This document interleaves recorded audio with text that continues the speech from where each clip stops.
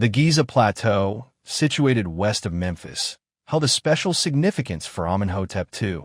It was here that he first learned the arts of archery and horseback riding. Near the Great Sphinx lay a practice course, making the area a favored site for royal sports and pastimes. One day, as Amenhotep galloped through the grand necropolis, he was struck with awe by the majestic pyramids of Khufu and Khafra, ancestors from a distant past.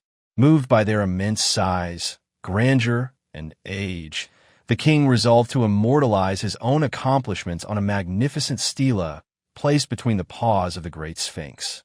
This monument combined lofty declarations with specific details of his sporting prowess, offering valuable insight into his character.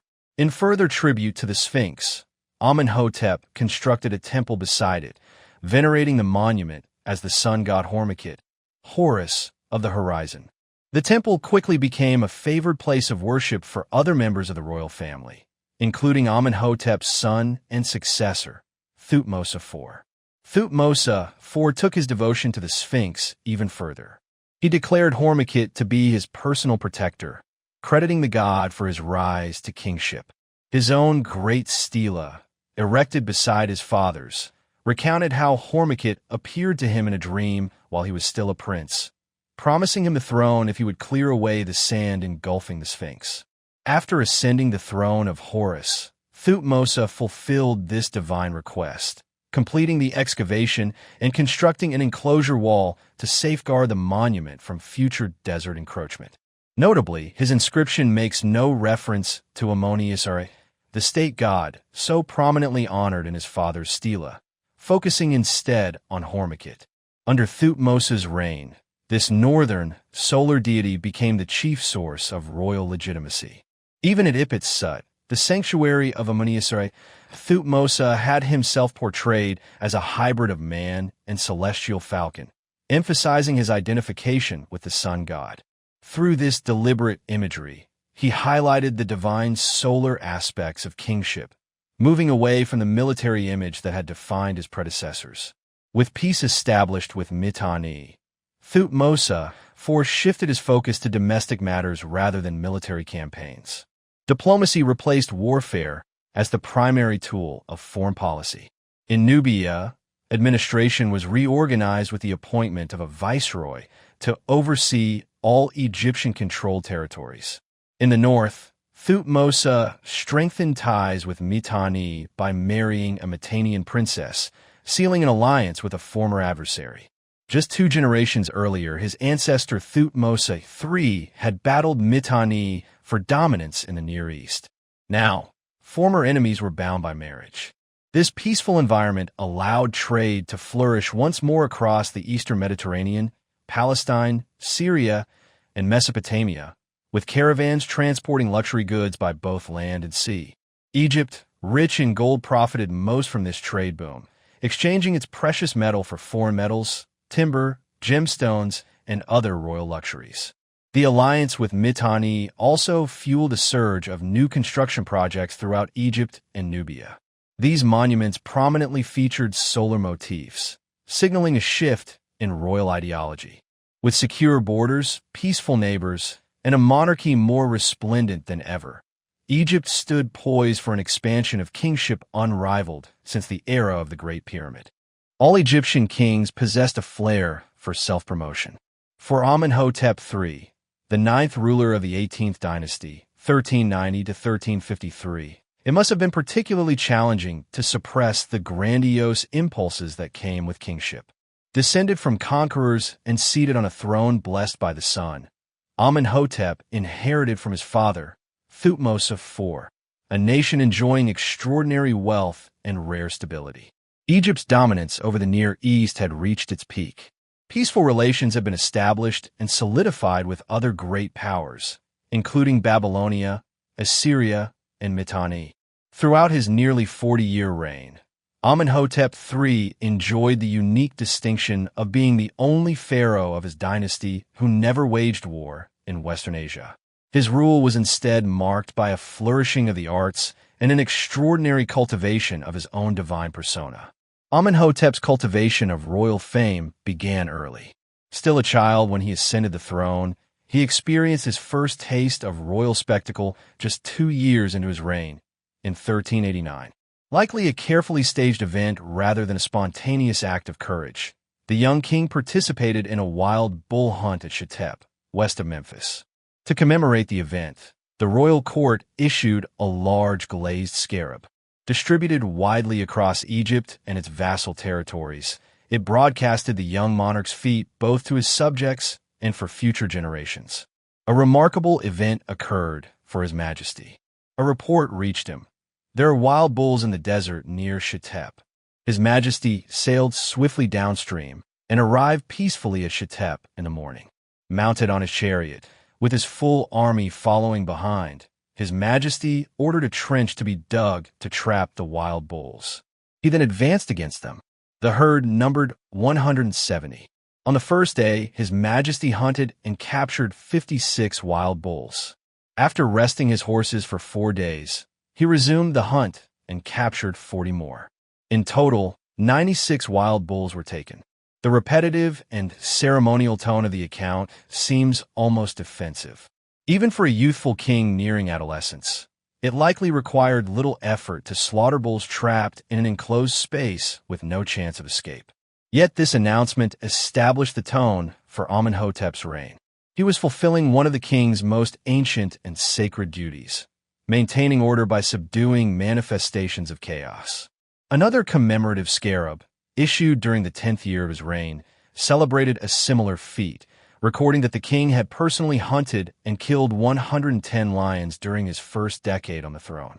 After his youthful enthusiasm for blood sports to demonstrate his manhood, a transformation appears to have taken place in Amenhotep III as he matured. The following commemorative scarab, issued just a year later, celebrated not a hunting expedition, but a construction achievement. This was no simple ornamental pond. It was a rowing lake over a mile long and nearly a quarter mile wide. To inaugurate the lake, the king sailed across it in his royal barge, aptly named the Dazzling Orb. In both the nature of the project and its grand opening, Amenhotep seemed to have discovered his true passion. From this point forward, the kingdom echoed with the sounds of laborers digging, hammering, chiseling, and building. Amenhotep III would become Egypt's most prolific royal builder since the very foundation of the kingdom 15 centuries earlier, fulfilling his vision of creating monuments, the likes of which had never existed since the earliest times of the two lands.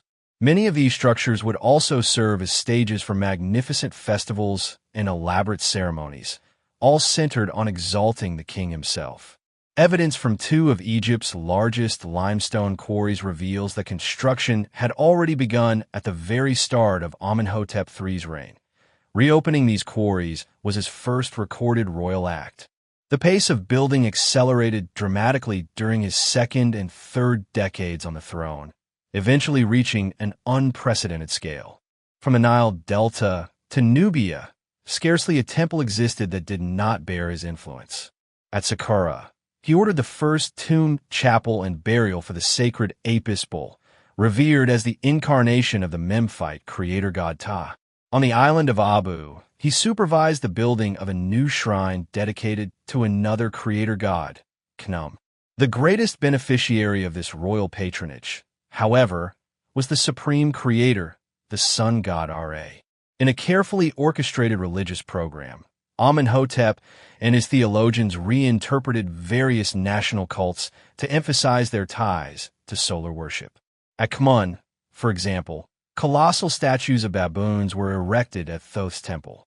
While sacred to Thoth, baboons were also associated with Ra because they heralded the sunrise with their cries. At Sumenu, modern El Rizakat, near Thebes, the local crocodile god Sobuk was transformed into Sobuk Ra, a hybrid deity, and honored with a grand new temple adorned with monumental art. In all his construction projects, Amenhotep carefully linked himself with solar divinities, adopting titles such as heir of Ra and Ra's chosen one. He sought to present himself as the living embodiment of solar power, creator and sustainer of life, bringer of fertility, and the fierce eye of Ra that, when provoked, unleashed its wrath upon Egypt's enemies to preserve cosmic order.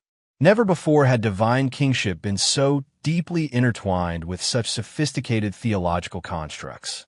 Among all the sites that witnessed Amenhotep's ambitious building campaigns, none experienced his full vision and energy quite like Thebes. From the moment he ascended the throne, the king adopted the title ruler of Thebes and swiftly moved to justify it through action as well as proclamation. Under his rule, the city dedicated to Ushered was transformed into Homer's famed 100-gated Thebes. Towering temple gateways dotted both sides of the Nile, creating a landscape dominated by monumental grandeur. At Ipit-Sut, the heart of Ammonius worship, Amenhotep commissioned a new grand entrance to the entire temple complex, while also adding another gateway on the southern axis leading to the sanctuary of the goddess Mut.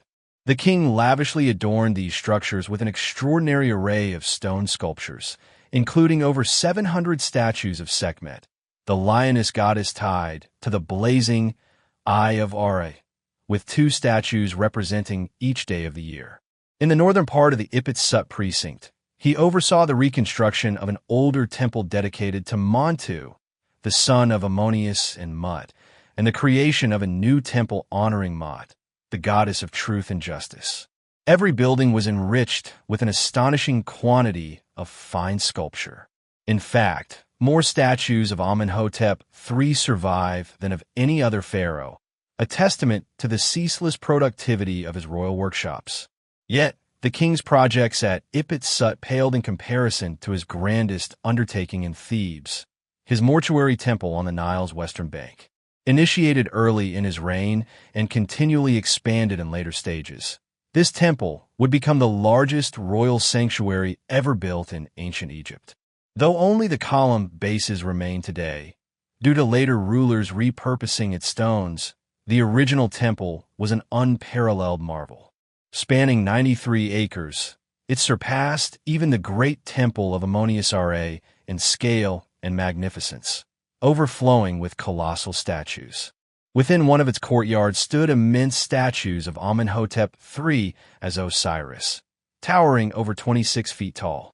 Another court featured a seated double statue of the king and his queen, tied with fragments of 2 even larger colossi discovered nearby. The temple's northern entrance was flanked by gigantic granite statues of the king striding forward, while vast processional avenues lined with enormous sphinxes and jackals connected its 3 grand courtyards. Each court featured monumental gateways, guarded by further colossal seated figures of Amenhotep. The most imposing pair, still standing today and known as the Colossi of Memnon, rise over 60 feet high, accompanied by smaller statues of his mother, wife, and daughter. Visible for miles, these towering monuments projected Amenhotep's supreme authority, inspiring awe and reverence in all who beheld them. Beyond their imposing presence, these massive statues carried a deeper, symbolic meaning. Each year, after being partially submerged by the Nile's floods for several months, they would reappear as symbols of rebirth, perfectly expressing the rejuvenating purpose of Amenhotep's mortuary temple, his eternal mansion of millions of years. Many of the temple's divine statues were carved from granodiorite, their black color signifying rebirth, while statues of the king were often made from red granite or golden quartzite, their solar hues reinforcing his close association with Tish, the sun god. Everywhere throughout this vast complex, the themes of creation and rebirth echoed, presenting the king as the vital center of the universe. Up to this point, Amenhotep's reign had dramatically elevated the prestige of kingship and his own divine status. Yet even greater achievements still lay ahead. While Amenhotep, the ruler of rulers, was transforming Thebes and elevating both the monarchy and his personal glory, his envoys worked tirelessly to spread his fame and secure his influence across distant lands. Traveling throughout the Near East and the Eastern Mediterranean, these emissaries negotiated treaties and secured advantageous trade deals, ensuring Egypt remained a dominant force and advancing their king's imperial ambitions. One of the most fascinating aspects of Amenhotep's foreign policy is revealed through a set of place names inscribed on statue bases found at his mortuary temple. The hieroglyphic system, ill-suited to foreign languages, rendered these names an awkward and initially puzzling combinations. I am New York Shah, Katunawai, Khan USH, MUKINU.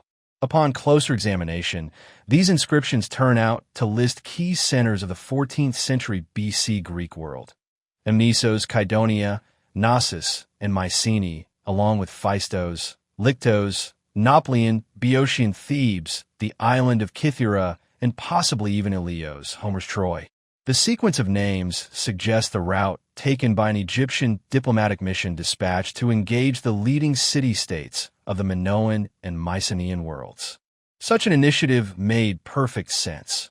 Mycenaean trade networks supplied Egypt with valuable cobalt used to produce deep blue glass, while lead for opaque and white glass was imported from Greece's Laurion Peninsula, part of Mycenae's territory. Despite Egypt's traditional mistrust of foreigners, it could not afford to ignore this rising economic power in the Aegean. Closer to Egypt's own borders, diplomacy remained crucial for maintaining control over its Near Eastern conquests. A groundbreaking discovery made in 1887 shed light on the intricate relationships between Egypt, its vassals, and rival powers. The Amarna letters consist of 380 clay tablets written in cuneiform, using the Babylonian language, the diplomatic tongue of the Bronze Age. Many of these letters date from Amenhotep III's later years, sent by subordinate rulers who dutifully addressed the pharaoh as "my son, my lord." Unlike Nubia, where Egypt imposed its own administrative system through appointed officials, its territories in the Near East retained local rulers who pledged loyalty to the pharaoh and paid regular tribute. Still, the humiliation of foreign domination bred resentment, and many vassals spent their time conspiring against one another, often trying to manipulate Egypt's position against rival powers like the Mittani and the Hittites. The Amarna letters reveal a highly unstable political landscape, characterized by bitter rivalries and frequent skirmishes between city-states. In Palestine, troublesome vassals such as Milkalu of Gezer, Biridia of Megiddo, and Abdi-Heba of Jerusalem stirred constant unrest. Generally, Egypt avoided entangling itself in these minor disputes unless its economic interests were jeopardized. More serious challenges arose further north, where instability threatened the delicate balance of power between Egypt and the Hittites. A significant portion of the Amarna archive consists of pleas from Ribada of Kebni, a city long allied with Egypt. Ribada grew increasingly wary of his neighbor, the state of Amurru, ruled by the ambitious Abdi-Ashurda. His suspicions proved justified. As Amurru advanced, it seized Sumer, modern Al-Hamidiyya, Egypt's garrison town and administrative hub, and virtually besieged Kebni. This upheaval provided the Hittites with a perfect pretext to intervene, ultimately resulting in Amurru's defection from Egyptian control. The episode served as a stark reminder of how local disputes could quickly escalate, undermining Egypt's authority and jeopardizing its imperial stability. Whereas Thutmose III and Amenhotep II would not have hesitated to launch military campaigns, Amenhotep III adopted a distinctly different approach. His primary aim was to exploit his foreign territories economically and maintain political control with minimal deployment of Egyptian troops. To achieve this, Egyptian garrisons were stationed at key coastal ports such as Gaza, Jaffa, Al-Azza, and Sumer, as well as at strategic inland locations like Beth Shan at the eastern end of the Jezreel Valley and Qumidi in the Bekaa Valley.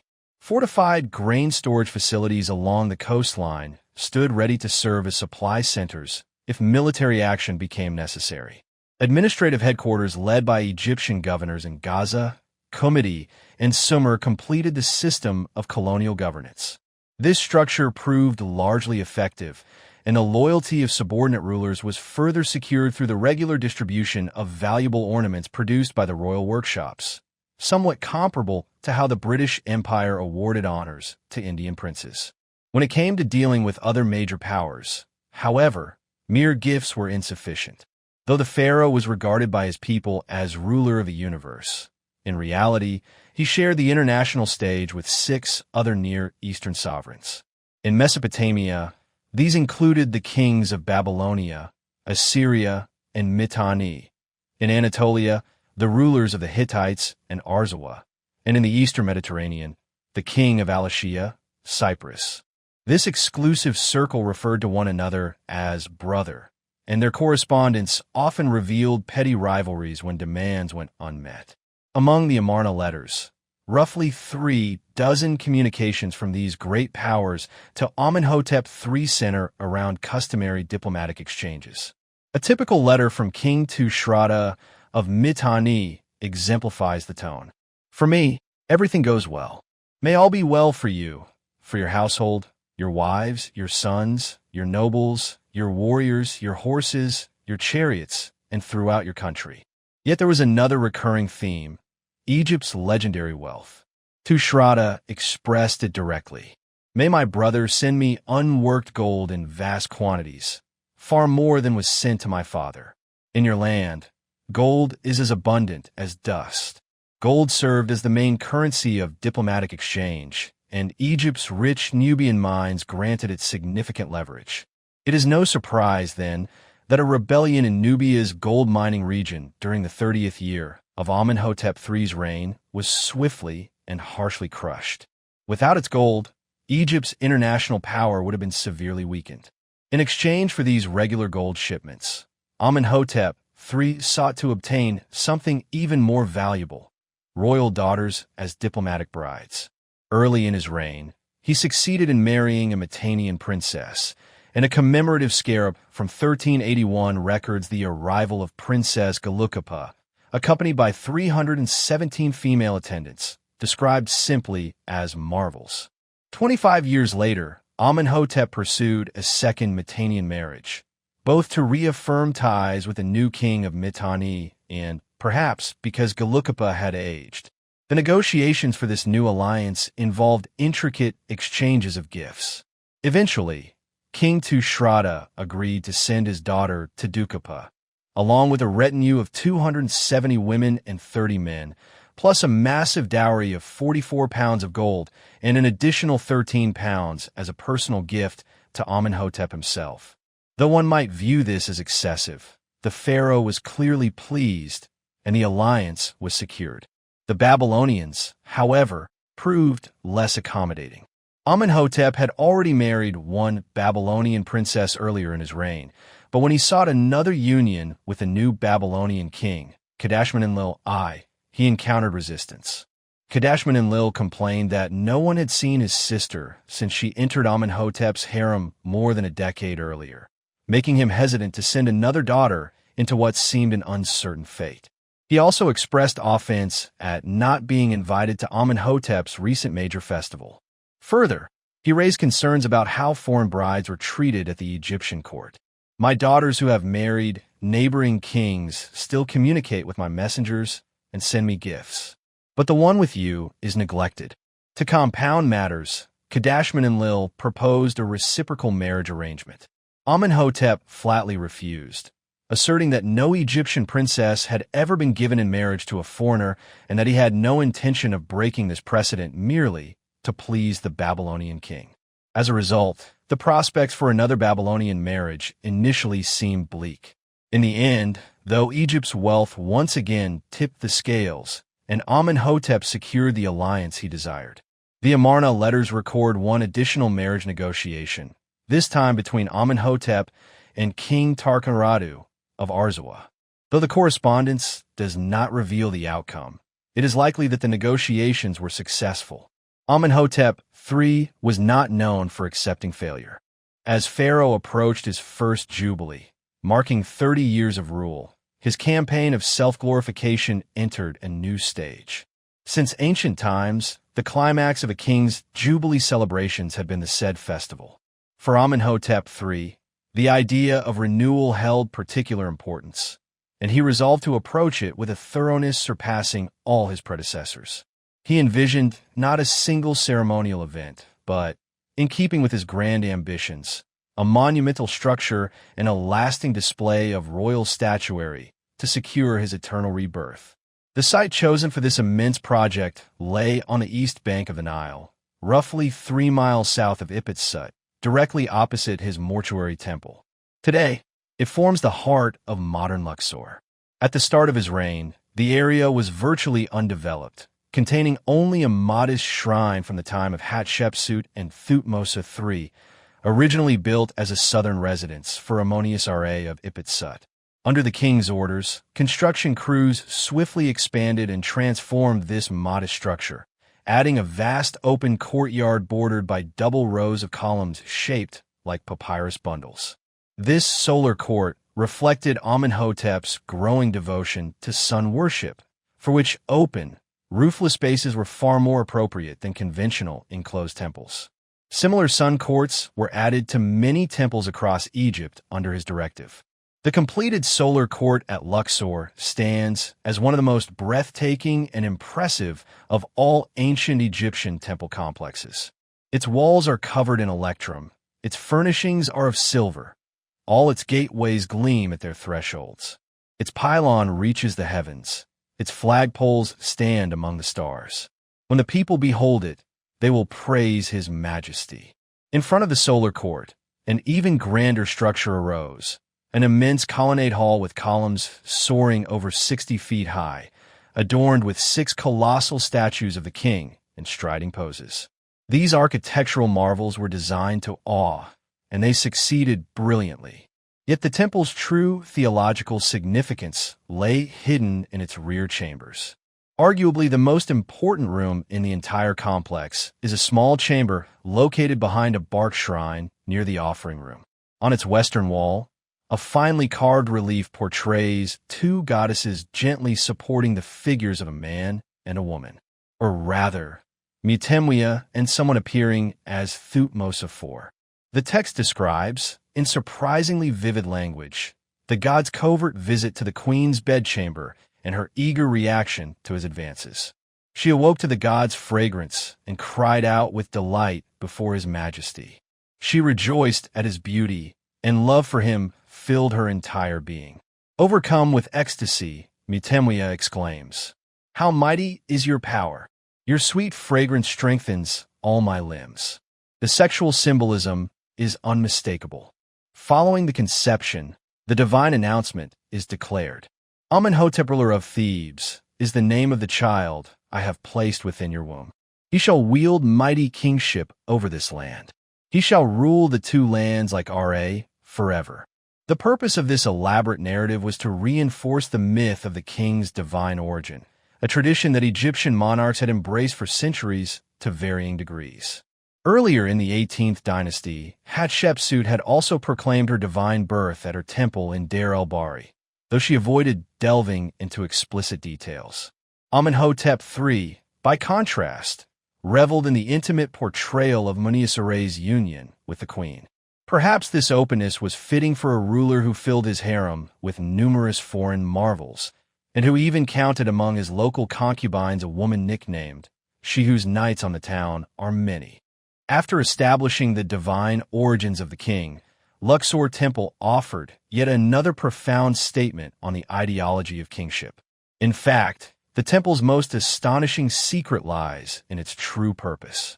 Unlike most temples in Egypt, it was not primarily dedicated to the worship of a deity. Its role as Amenhotep III's southern residence served merely as a convenient facade, masking a deeper reality. The real significance of Luxor Temple in the mythology of Egyptian kingship is revealed in the reliefs adorning Amenhotep's grand colonnade. These depict the most significant ritual held at Luxor, the annual festival of Opet. Every year, the sacred images of Amenhotep, Mut, and Khonsu were transported from Amenhotep to Luxor in a grand procession, either by land or by river. As the sacred bark shrines made their way through the streets, carried by priests, crowds gathered to catch sight of these holy figures and to receive their blessings. The Opet festival was a time of great celebration, feasting, and temporary relief from daily life. Yet, like most things in ancient Egypt, its ultimate purpose was not for the populace, but for the king. Once within Luxor Temple's sacred precinct, the images were removed from their barks and placed in their designated chambers.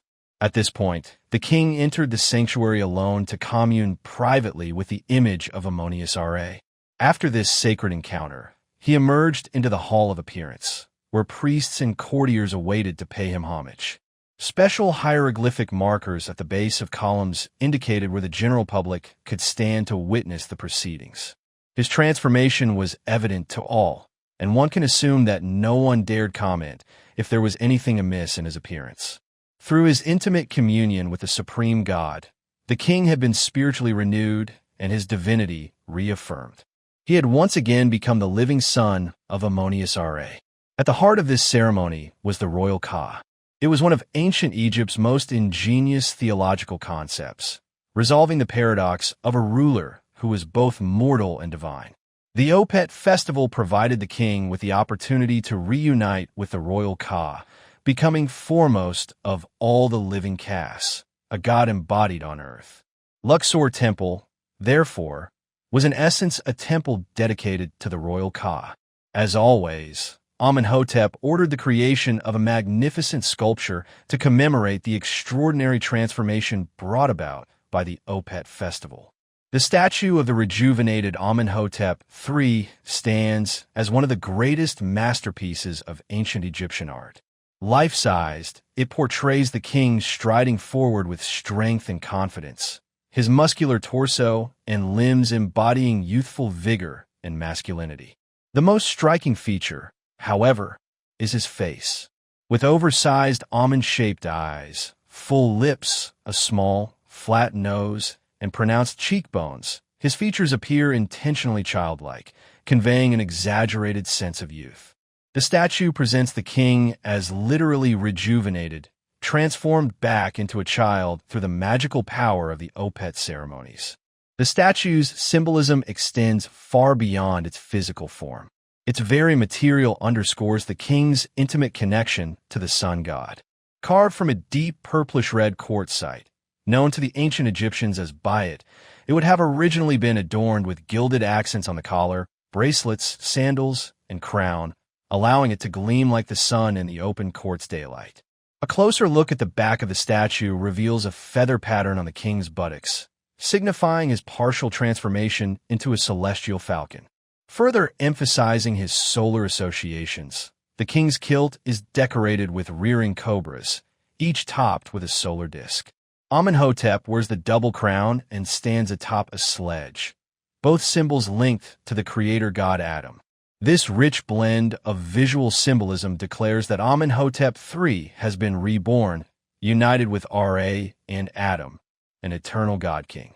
The inscription carved into the back pillar reinforces this message, proclaiming him foremost of all the living castes and the dazzling orb of all lands. At this point, the deliberate and systematic amplification of royal power had reached its peak. No longer simply the son of Ra, the king had become one with the sun itself, the very creator god who brings light and life to the world. His transformation was complete. The deification of Amenhotep III during his lifetime, the elevation of Amenhotep III to divine status during his reign, closely tied to his first Jubilee celebration in 1361 BC, marked a significant departure for Egyptian kingship. While previous pharaohs had hinted at divinity, often portraying themselves with divine traits, there had always been a fine but deliberate separation between the king as Horus on earth and Horus himself, between being the chosen of Ra and Ra as the one who chose, between a monarch as Nefer, perfected or junior god, and the true gods. No ruler before Amenhotep III had so boldly and openly declared himself a living god, fully merging with the creator deity. This transformation is most clearly seen in distant Nubia, at the far southern boundary of Egypt's 18th dynasty power.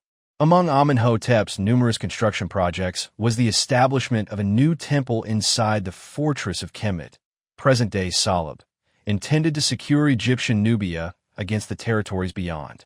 Reflecting his solar aspirations, the temple was situated on the west bank of the Nile, facing the sunrise. Initially, The temple served as a small shrine for Ammonius, the king's personal protector. However, it was later expanded with 2 solar courtyards and a columned hall filled with statues. Around the time Amenhotep reached his 30th regnal year, the temple's dedication was modified to honor both Ammonius Ra of Ipitsut residing in the fortress of Kemet and Nebmatra, Amenhotep III's throne name, Lord of Nubia.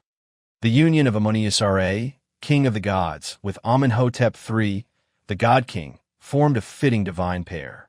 Reliefs at Kemet's temple also document aspects of the king's first jubilee. The ancient said festival, focused on renewal and rejuvenation, held particular significance for Amenhotep. He appears to have begun preparations well in advance. The construction of solar courtyards at his principal temples in both Egypt and Nubia likely anticipated this jubilee, symbolizing his ultimate unification with the sun god. In organizing the festival, every effort was made to ensure it surpassed all previous jubilees. Scholars were commissioned to consult ancient records and rediscover past practices. Among their findings was a ceremonial palette over 15 centuries old, dating back to the dawn of Egypt's history, bearing a simplified depiction of jubilee rites. Though limited, this revered artifact contributed valuable insights to their preparations. Given Thebes' central role in Amenhotep's religious innovations, it was appropriate that his jubilee ceremonies take place there. True to his grand style, the king ordered the construction of an entirely new ceremonial city. This new complex arose on the west bank of the Nile, south of his mortuary temple and directly across from Luxor Temple, the symbolic site of his rebirth. In its initial phase, the complex, modestly called Palace of the Dazzling Orb and the House of Rejoicing, modern Malkata, stretched nearly a mile. The city featured an administrative quarter with spacious villas for officials, a secondary palace, and the king's main residence. The lavish audience halls boasted floors adorned with brightly colored textiles and ceilings decorated with exotic Minoan designs. Amenhotep's bedroom ceiling was painted with soaring vultures interspersed with his royal titles. Tables veneered with ebony and inlaid with gold displayed elegant ointment jars and intricately crafted perfume bottles made of multicolored glass. Such glassware was so prized by the king and queen that a dedicated workshop was established near the palace to meet the high demand.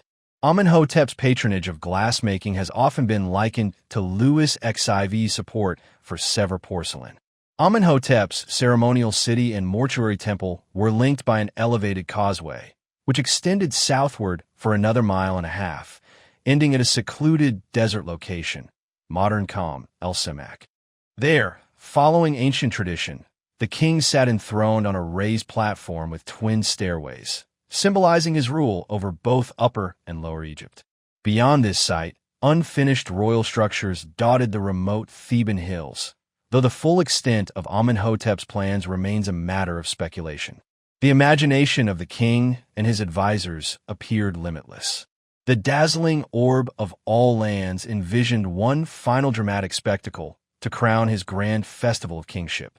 A ceremonial city and an extravagant palace nestled within a sacred landscape were not enough for the ultimate jubilee.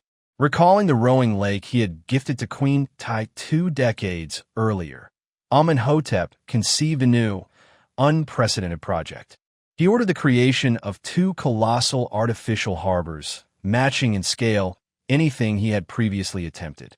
Each harbor stretched nearly half a mile in length and a quarter mile in width. The massive volume of earth excavated from the western basin was redistributed across the nearby plains, forming an artificial platform on which the Jubilee City would rise. Today, the western harbor, Birket Habu, remains visible as a depression marked by mounds of spoil, its true size only apparent from an aerial perspective. The Eastern harbor has since vanished beneath modern Luxor, though it was still recognizable when Napoleon visited Egypt, and he likely would have admired its original purpose. Amenhotep's vision was to stage the most awe-inspiring setting imaginable for the heart of his Jubilee ceremony. On the morning of the main celebration, courtiers, high officials, royal companions, and distinguished guests gathered inside the palace. There, The king bestowed lavish gifts upon them: golden necklaces, ornaments shaped like ducks and fish, and special jubilee ribbons made of green linen.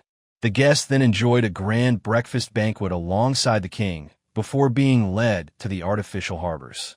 What followed was a breathtaking display of royal authority and divine kingship. At the water's edge, Amenhotep III and Queen Tai appeared, resplendent in gold from head to toe, shining like the sun itself. At the eastern harbor, they boarded a replica of the sun god's morning bark. As a ritual reenactment of the sun's daily journey into the sky, the assembled courtiers took up the ropes and gently pulled the vessel forward, symbolically towing the sun god into the heavens at dawn. The procession then moved to the western harbor, where the king and queen reappeared, this time aboard a replica of the sun god's evening bark. Once again, dignitaries pulled the ropes, now portraying the sun's descent into the underworld at dusk.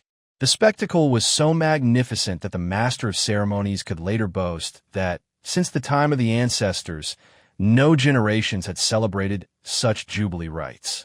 Amenhotep III would go on to celebrate a second and third jubilee, each accompanied by new monumental constructions and elaborate ceremonies. Then, unexpectedly, in 1353 BC, he died, still in his late 40s. His sudden death must have deeply shaken a population steeped in royal propaganda and a court that believed in the king's immortality. Yet no one could have anticipated the revolutionary upheaval that awaited Egypt under Amenhotep's successor. The brilliant sun of Egypt had set. When it rose again, it would blaze with a harsh, unyielding intensity. In the chronicles of ancient Egypt, no figure has sparked more debate and fascination than one particular ruler. He inspires both admiration and disdain in equal measure. From romantic novelists to opera composers, his magnetism has proven irresistible. During his relatively short life, he completely transformed Egypt, yet his sweeping reforms were swiftly undone after his death.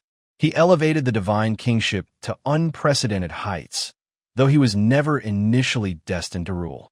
This is Akhenaten, the so-called Heretic king, 1353 to 1336 BC, the most polarizing and mysterious of pharaohs, the architect of a royal revolution. His 17-year rule, followed by a chaotic decade, marks perhaps the most thrilling, unpredictable, dynamic, and peculiar era in Egypt's long history. Central to it all was the king's radical vision. Foremost of Amenhotep III's illustrious reign, the designated successor was Prince Thutmose, his eldest son, named according to royal custom after his grandfather and great-great-grandfather. Very little is recorded about his second son, Prince Amenhotep, as he was originally named, until Prince Thutmose's unexpected death, which thrust the younger brother into the position of crown prince. Thutmose left behind few monuments, aside from a stone sarcophagus he had crafted for his beloved pet cat. In contrast, his brother's resolve would reshape Egypt in just a single generation. The new heir must have personally witnessed his father's extravagant said festivals, experiences that clearly left a profound mark on him. The vivid solar symbolism of these ceremonies seems to have seared itself into the young man's creative mind. While there is no sign of theological radicalism at the start of Amenhotep's rule, any such revolutionary ideas must have been developing beneath the surface. Ascending the throne as Amenhotep IV, he initially fulfilled his duty as a devoted son, completing the decoration of his father's grand entrance at Ipit-Sut. He added his own carvings in the conventional style, depicting himself striking down Egypt's enemies. In Nubia, following in his father's footsteps, he established a new settlement, complete with a temple dedicated to Amenhotep, king of the gods. Distant rulers also recognized his ascension. From Cyprus, the king of Alatia sent congratulations and a gift of sweet oil to mark his coronation. Everything appeared poised for yet another glorious reign, following the familiar dynastic pattern. Egypt's imperial territories reaffirmed their loyalty as well. One particularly flattering letter arrived from the vassal king of Tyre, overflowing with customary expressions of devotion. I fall at the feet of the king, my lord, 7 times and 7 times. I am but the dust beneath the sandals of the king, my lord. My lord is the sun who rises over all lands each day. Such declarations seem to ignite new ambitions in Amenhotep IV. Within a year of his accession, he revealed his true intentions by launching a building campaign that rivaled his father's grandeur. The sandstone quarries at Gebel el-Silsila were pushed to their limits, worked by unprecedented numbers of conscripted laborers recruited through a nationwide call to service. Monumental structures adorned with royal statues were nothing unfamiliar to Thebes, which had grown accustomed to grandiose constructions during the later years of Amenhotep III's reign. Yet Amenhotep IV's vision diverged significantly. His projects would be concentrated at a single location, the temple complex of Ipit-Sut. Instead, he chose a vacant mudflat beyond the eastern wall, directly facing the rising sun. This carefully selected site lay outside the domain of Amenhotep, signaling a deliberate break with tradition. Amenhotep IV's 8 new temples at Ipit-Sut were not dedicated to Ammonius, but to the Aten, the visible solar disk, whose imagery his father had previously embraced during his first jubilee.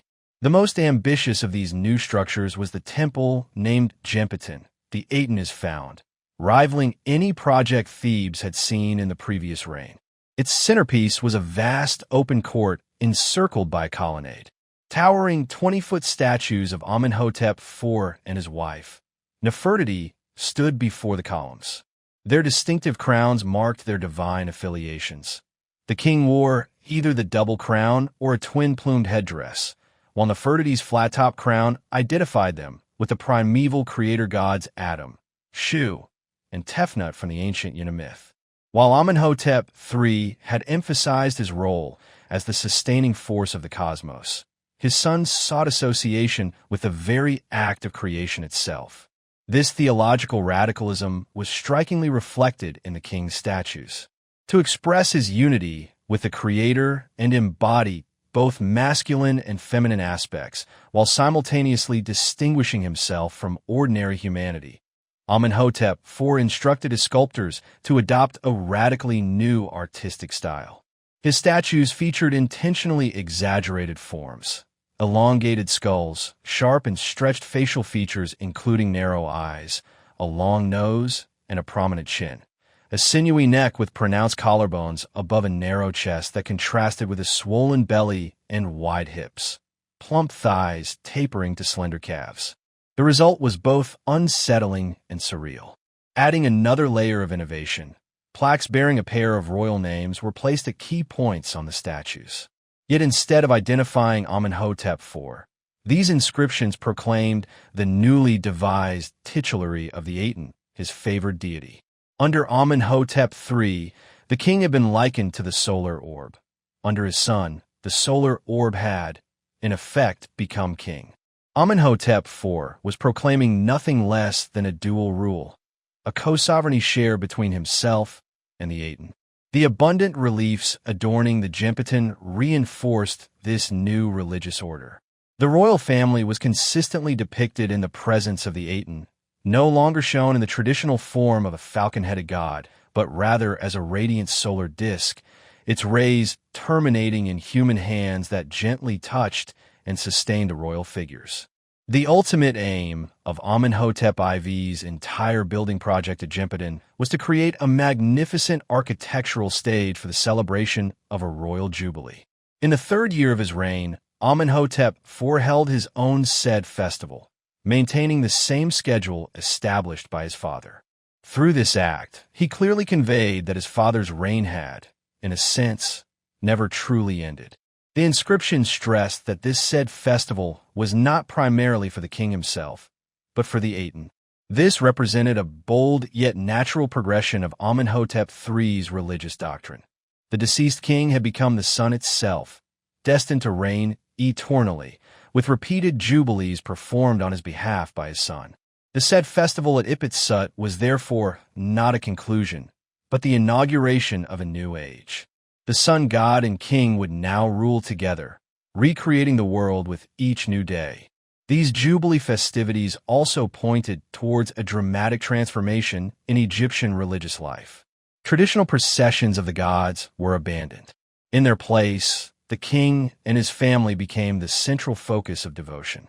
Each day, they traveled in ceremonial procession from palace to temple and back again, with cheering crowds and assembled dignitaries lining the route in reverence. A year after the said festival at Gemphitin, Amenhotep IV solidified his religious revolution by changing his own name. While many rulers had altered their throne names to reflect new directions, it was extremely rare, if not entirely without precedent, for a king to change his birth name. Through the transformative power of the Jubilee, Amenhotep IV believed he had been spiritually reborn as the co-regent of the Aten. No longer bearing the name Amenhotep, meaning Ammonius is content, he adopted a new identity, Akhenaten, effective for the Aten.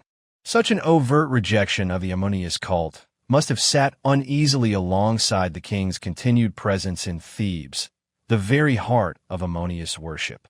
While the Gemphitin and the other Aten temples were built outside the sacred enclosure of Ipit-Sut, the towering monuments dedicated to Ammonius on both sides of the Nile still dominated the landscape, serving as constant reminders of his overwhelming supremacy over all other deities. If the Aten was to be elevated above all others, he required not just temples, but an entirely new domain. Thus began the search for a new royal capital. Akhenaten's choice of location was nothing short of extraordinary.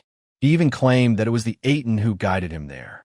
In Middle Egypt, roughly halfway between Thebes and the long-established administrative center of Memphis, lay a wide desert bay where the limestone cliffs on the east bank of the Nile receded, creating a natural amphitheater around 7 miles long and 3 miles wide. The site was remote, easily defensible, and conveniently located opposite a broad, fertile floodplain. Most significantly, it was untouched. Even the natural landscape seemed made for his vision. The shape of the eastern cliffs resembled the hieroglyph for horizon, the place where the sun rises to renew life each day. It was fittingly named Akhenaten, the horizon of the Aten, a perfect setting for Akhenaten's utopian project. In the late spring of his 5th regnal year, 1349 BC, the king made his first official visit to the site, appearing before his courtiers in a golden chariot gleaming like the sun. There, after a grand open-air offering to the Aten before the cliffs, he formally proclaimed the establishment of his new city, dedicating it to his god for eternity as his monument, with an eternal and everlasting name. Not even Queen Nefertiti could sway his determination, as he firmly declared, "Nor shall the king's great wife say to me, 'Look, there's a good place for Akhenaten elsewhere,' nor shall I listen to her." The king also decreed that the city would contain grand structures for the worship of the Aten and for the exaltation of the royal family. Akhenaten, not Thebes, would become his eternal resting place. "If I die in any town of the north, the south, the west, or the east in these millions of years, let me be brought back so that I may be buried in Akhenaten." The entire ceremony, along with the king's declaration, was inscribed on 3 immense, steely carved into the cliffs at the northern and southern edges of the site, adorned with statues of the king and queen to commemorate the moment. Exactly 1 year later, Akhenaten returned to survey the city's progress. After spending the night in a richly carpeted tent named Aten is Content, he once again rode out at sunrise in his gilded chariot, made another offering to the Aten, and took a solemn oath, in the name of the Aten and the lives of his wife and daughters, that everything within Akhenaten would belong solely to the Aten for all eternity. This second decree, which more precisely defined the city's boundaries, was carved onto an additional set of 13 boundary markers positioned on both sides of the Nile. The pace of construction accelerated rapidly. Massive amounts of stone were extracted from a vast quarry cut into the northern cliffs. Builders used standardized stone blocks small enough for a single worker to handle, which allowed for swift progress. After 2 years of intense activity, the new city was ready to receive the royal family as their permanent home. As Akhenaten had envisioned, the horizon of the Aten was meticulously designed to highlight its major public buildings. These key structures were connected by the royal road, which ran parallel to the Nile, forming the ceremonial spine of the capital. Each day, the king's chariot journey from his royal residence to the seat of government and back deliberately echoed the Aten's daily passage across the sky, symbolizing the intimate relationship between the heavenly and earthly co-regents. This daily procession also provided the city and its inhabitants with a consistent ritual focus, replacing the traditional religious festivals that the king's new theology had effectively abolished. The primary royal residence was situated at the northernmost edge of Akhenaten, nestled between the cliffs and the river. Within its fortified walls stood the palace itself, supported by extensive barracks housing the royal guards. Nearby were a large administrative building and an array of grand mansions reserved for the king's most trusted advisors. Each morning, as the king proceeded southward in his chariot, his route first carried him past a separate palace dedicated to the royal harem. Lavishly adorned with painted murals and gilded stonework, this residence offered a serene and luxurious retreat. Its central courtyard featured exquisitely maintained gardens, irrigated by an advanced system drawing water from the Nile. Stalls housing cattle and domesticated antelope ensured a steady supply of fine meats for the palace's daily feasts. Beyond this royal compound lay the heart of the city itself. One can imagine the king's cavalcade quickening its pace as it passed by the homes of ordinary citizens. To the east of the royal road sprawled the northern suburb, one of Akhenaten's two primary residential districts. While the city's public buildings reflected careful urban planning, the same could not be said for the layout of its neighborhoods. The houses of the populace were clustered in a haphazard fashion, with large villas belonging to prosperous merchants surrounded by smaller dwellings for their servants and dependents. A labyrinth of narrow streets and winding alleys contributed to the village-like atmosphere. These neighborhoods buzzed with activity, constantly evolving as new homes were constructed and the city expanded. Continuing south along the royal road, the king's chariot procession finally entered the central city, the religious and administrative core of Akhenaten. The most imposing structure was the House of the Aten, the god's principal sanctuary, with a street frontage stretching 750 feet and extending nearly half a mile deep. Beyond its two colossal entrance towers lay enormous open courtyards filled with mud brick altars. During festivals, these altars would be piled high with offerings of fruit, vegetables, meat, and poultry, presented for the Aten's consumption as he passed overhead in the sky. The temple complex included large-scale food production facilities and a dedicated slaughterhouse to ensure a constant supply for the offerings. Adjacent to the temple stood the king's house, Akhenaten's governmental headquarters, where the day-to-day affairs of the state were managed. One of its most notable features was a balcony, used for public appearances by the royal family. A covered bridge extended over the royal road, connecting the king's house to the Great Palace. Primarily used for grand state receptions and royal ceremonies, the Great Palace also housed administrative offices and accommodations for the royal household. Its centerpiece was a vast open courtyard lined with towering statues of Akhenaten and Nefertiti, intended to impress foreign dignitaries and envoys. The atmosphere of awe and intimidation was heightened by the palace's unique floor decoration. The pathway most often used by the king was covered with plastered images of foreigners, allowing Akhenaten to symbolically trample his enemies as he conducted his affairs. The final major building in the central city was the Mansion of the Aten, a smaller temple intended for the royal family's private, daily worship. Aligned with the cleft in the eastern cliffs that led to the royal tomb, it may have functioned as a substitute for a traditional mortuary temple. Like the House of the Aten, its design was characterized by vast, open courts, ideal for worshiping the visible sun. Rather than enclosed chambers, a series of ramps, steps, and balustrades structured the sacred space, reflecting the new religious vision. Akhenaten's revolutionary theology had given rise to an equally revolutionary architectural style. Further south, another residential suburb emerged. This one inhabited primarily by common workers and lying beyond the areas typically visited by the king. Yet even here, Akhenaten's presence was inescapable. On the outskirts of the city stood 5 large ritual complexes, each dedicated to an important female member of the royal family. These monuments ensured that wherever the city's residents turned, the royal family's influence remained both highly visible and deeply entrenched. In his new sun city, Akhenaten was not only all-powerful but ever-present. In some ways, Akhenaten's strict religious ideology had its roots in his father's deification. The leap from Amenhotep III's exaltation of solar power to his son's exclusive worship of sunlight itself was a small, almost inevitable step. It is even conceivable that Akhenaten viewed the Aten not only as his divine protector, but as his actual father. Yet in most crucial aspects, Akhenaten's theology was unprecedented, breaking sharply from 17 centuries of established Egyptian religious tradition. Where earlier pharaohs emphasized their role in upholding Mot, Akhenaten claimed to exist within Mot like the gods themselves. Truth was no longer a universal standard outside the king. Instead, it was defined solely by his will. Traditional ceremonies of royal renewal, like the Sed and Opet festivals, had marked periodic rejuvenation for the king, to be repeated at set intervals. But Akhenaten's Sed festival at Ipit-Sut, conducted while he was still Amenhotep IV, carried an entirely different significance.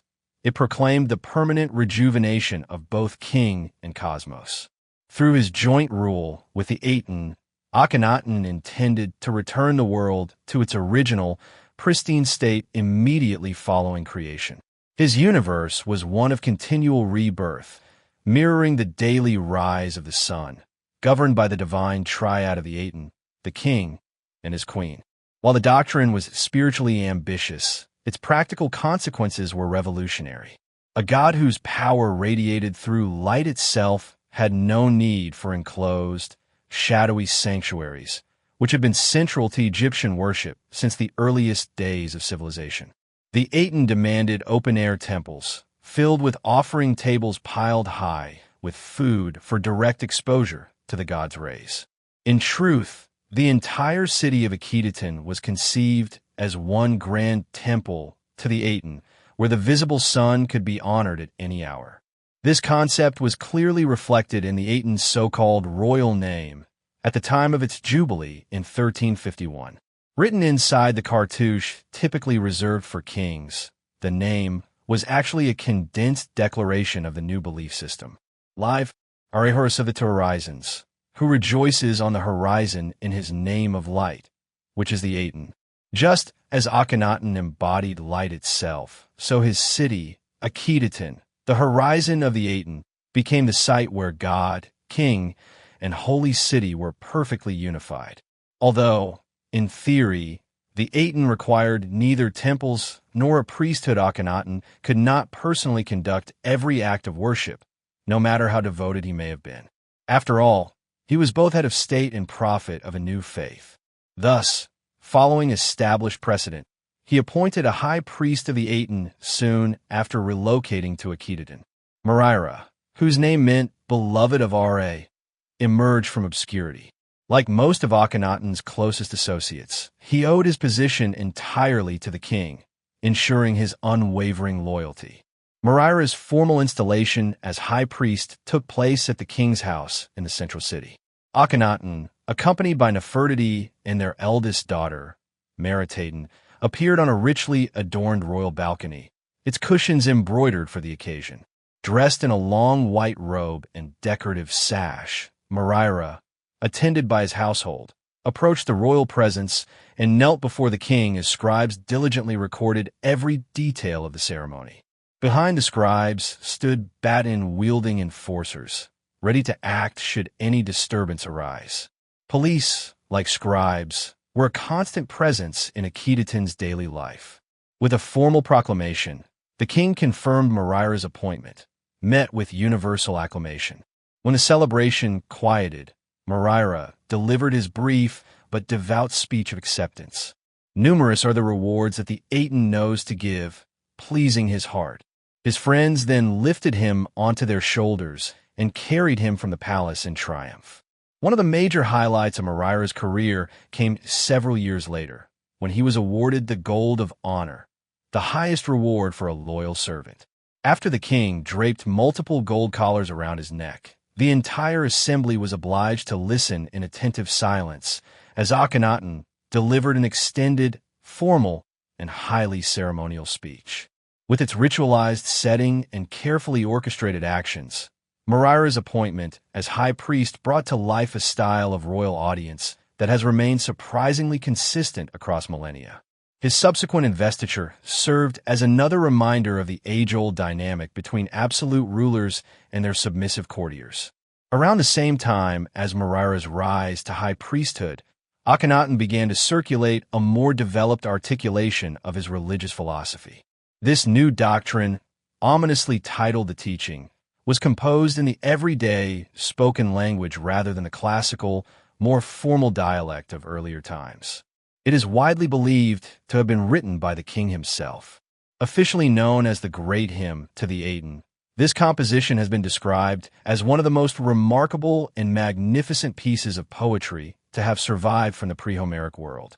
Its ecstatic tone and vivid portrayal of the creator's power would later inspire other religious writings, including the Hebrew Psalms. By having the hymn carefully inscribed in the tombs of his top officials as a visible demonstration of loyalty to the regime, Akhenaten ensured its survival for posterity. It is worth quoting extensively, as nothing better conveys the rapturous joy that defined the king's religious vision. You shine forth in splendor upon the horizon of the sky, O living Aten, creator of life. When you rise upon the eastern horizon, you fill every land with your radiance.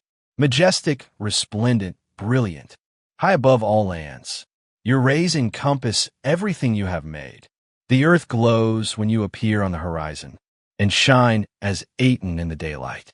You chase away the darkness as you extend your beams. The two lands rejoice. All herds rest peacefully in their pastures. Trees and plants flourish. Birds take wing from their nests. Fish leap from the river in your presence. Your rays reach even the depths of the sea. How numerous are your works, though hidden from sight. Sole God, apart from whom none exists. You shape the earth by your will alone.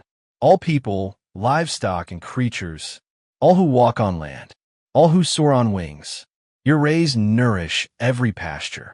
At your rising, they live and thrive because of you. You created the seasons to nurture all your creations, winter to cool them, heat that they might feel your presence.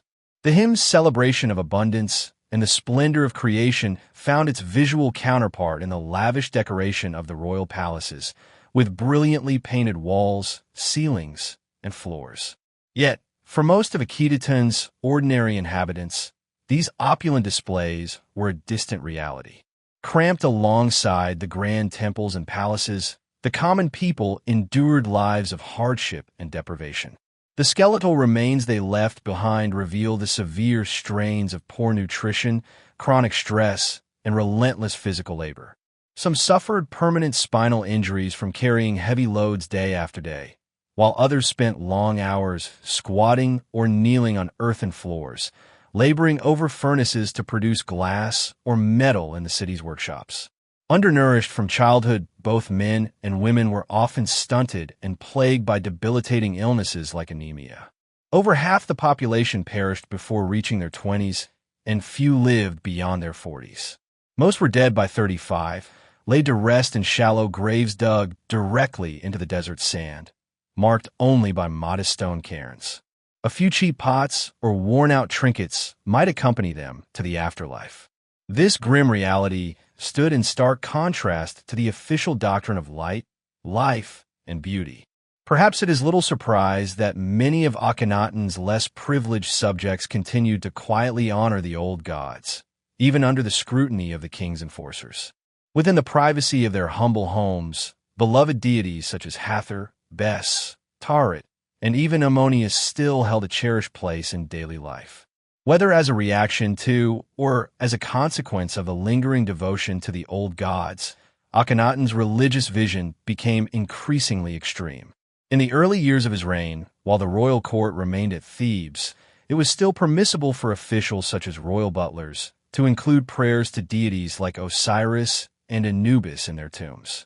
However, after relocating to Akhenaten, the Aten was rapidly exalted from being the supreme god to becoming the only god. All other deities were now denied recognition or legitimacy.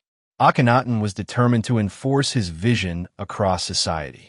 Priests were dismissed or reassigned, temples were shuttered, and all financial and material resources were funneled into the service of the Aten.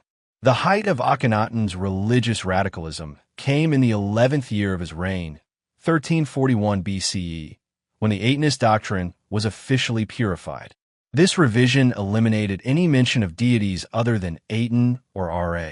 Alongside this theological purge came an aggressive campaign against other gods, most notably Ammonius, whom Aten had displaced as creator and supreme deity.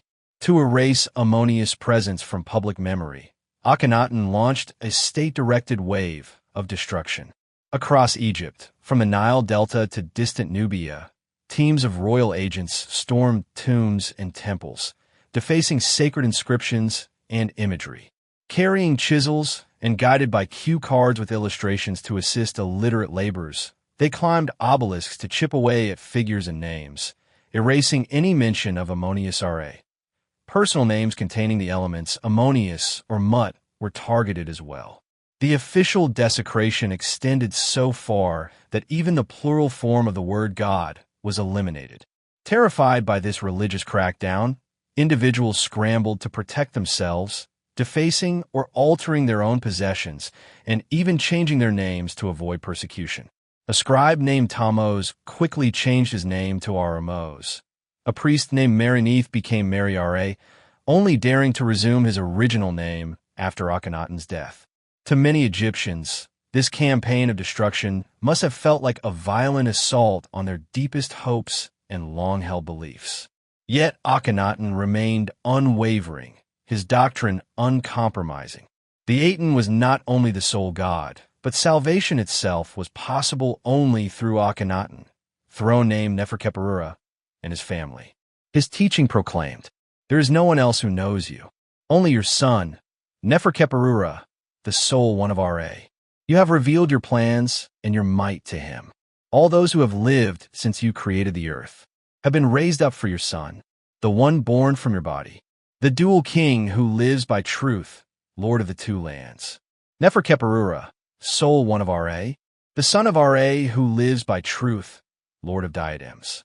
Akhenaten, whose life is long, and the king's great wife, his beloved, Lady of the Two Lands. Nefertiti, living in youthful forever and ever." The final verses of the great hymn to the Aten highlight one of the most remarkable aspects of Akhenaten's revolutionary reign. In some respects, Nefertiti was following a tradition already established by earlier women of the 18th dynasty. From Tetisheri, Amenhotep, and almost Nefertiti to Hatshepsut, royal women had grown accustomed to playing influential roles in political life. Tai, Akhenaten's mother, advanced this even further by engaging in diplomatic correspondence with foreign rulers and appearing alongside Amenhotep III, embodying a divine partnership with him. However, Nefertiti took this to unprecedented heights from the very beginning. At Ipit Sut, she was granted her own sanctuary, the mansion of the Benben, where her husband did not even appear. She was depicted performing rituals previously reserved for the king alone, such as striking down enemies or reviewing captives. On the boundaries steely commemorating the royal couple's first visit to Akhenaten, Nefertiti is portrayed at the same scale as Akhenaten, signifying equal status. Akhenaten's accompanying him further emphasized her elevated position. Great in the palace, beautiful of face, adorned with the twin plumes, Lady of Joy who receives praises. One delights to hear her voice, the beloved great wife of the king, mistress of the two lands. Every act Akhenaten performed to honor the Aten was mirrored by Nefertiti. When he changed his name from Amenhotep, she also added an epithet to hers. As Akhenaten embodied Shu, the son of the creator god, Nefertiti represented Tefnut, Shu's consort. She adopted Tefnut's distinct flat-topped crown as her own, making it a symbol of her authority. In the tomb of her chief steward, the couple are depicted standing side by side, their figures almost merging into one. To some, Nefertiti and Akhenaten appeared as inseparable co-rulers on earth, complementing the Aten in heaven. Their close bond became a central theme of Akhenaten's religious vision, showcased in statues and reliefs across the city. In one scene, they are shown holding hands during an official ceremony. In another, Nefertiti sits on Akhenaten's lap as she fastens a bead necklace around his neck. A temple relief fragment even portrays them getting in a bed together. Their daughters were also prominently featured in official imagery. Within 2 years of settling in Amarna, Akhenaten and Nefertiti had 6 daughters. Although Akhenaten fathered at least one son with a lesser wife, this son was conspicuously absent from official depictions, as the feminine principle was emphasized. A well-known stela shows the royal family at leisure with their 3 eldest daughters. Akhenaten cradles and kisses Meritaten. Meketaten sits on Nefertiti's knee, reaching out to her father, and young Ankhesepitan tugs playfully at her mother's earring. Such open displays of affection and emotion within the royal family were entirely without precedent. The motivation behind this dramatic break from tradition lay in the new role the royal family assumed within Egyptian religion. They had become a sacred family, displacing the traditional pantheon of gods. The royal chariot rides through the heart of the city replaced the former processions of deities. Statues of Akhenaten and Nefertiti took the place of divine images. Since Atenism was an exclusive faith revealed solely to Akhenaten and his family, ordinary people seeking blessings from the sun god had to approach its earthly representatives as intermediaries. In the tombs of favored officials, carved into the cliffs surrounding Akhenaten, personal identity was subsumed beneath the worship of the king. The traditional offering prayers, once directed to Osiris, the god of the dead, were now dedicated to the king, and sometimes to Nefertiti as well. The only form of eternal existence now offered was to enjoy the Aten's rays during daylight, partake in temple offerings, and return to one's tomb at night under Akhenaten's watchful gaze. Within their homes, Akhenaten's residents kept statues and images of the royal family in private shrines. The scale of these household sanctuaries became a public display of loyalty to the regime, as significant a status symbol as a well-stocked granary, a private well, or a lush garden. For the common people who were excluded from the Aten's formal temples, there was at least one place open for worship in the city center, a chapel dedicated to the king's statue. Yet not everyone embraced this absolute devotion to Akhenaten and his religious reforms. Hints from the earliest boundary stele suggest that discontent may have arisen during the early years of his rule. Akhenaten's radical changes likely stirred strong opposition among certain groups, and the threat of rebellion was a constant concern. Loyal officials warned would-be dissenters of the king's resolve to suppress any opposition. As soon as he rises, he exerts his power against those who ignore his teachings. Even within his new capital, Akhenaten's personal security remained a major concern, and Akhenaten was heavily guarded. In addition to the police, soldiers and army commanders constantly surrounded His Majesty. Each day, Akhenaten's chariot rides through the city were escorted by armed guards bristling with spears. Behind the king's residence, an entire city block was allocated to barracks housing paramilitary forces, supplemented by additional garrisons throughout the city. A complex system of pathways crisscrossed the plain, allowing the desert behind Akhenaten to be patrolled efficiently. Visible both day and night, these routes enabled military chariots to maintain round-the-clock security. The desolate terrain of the eastern desert provided convenient hiding places for outlaws, and the authorities were ever vigilant for dissidents who would join those in the desert hills. Mobile police patrols kept constant watch over the royal palace from high on the surrounding plateau, while the steep cliffs behind the residence made it nearly impossible to approach or escape with ease. Like many autocrats throughout history, Akhenaten placed great trust in the loyalty of his security forces, especially his chief of police.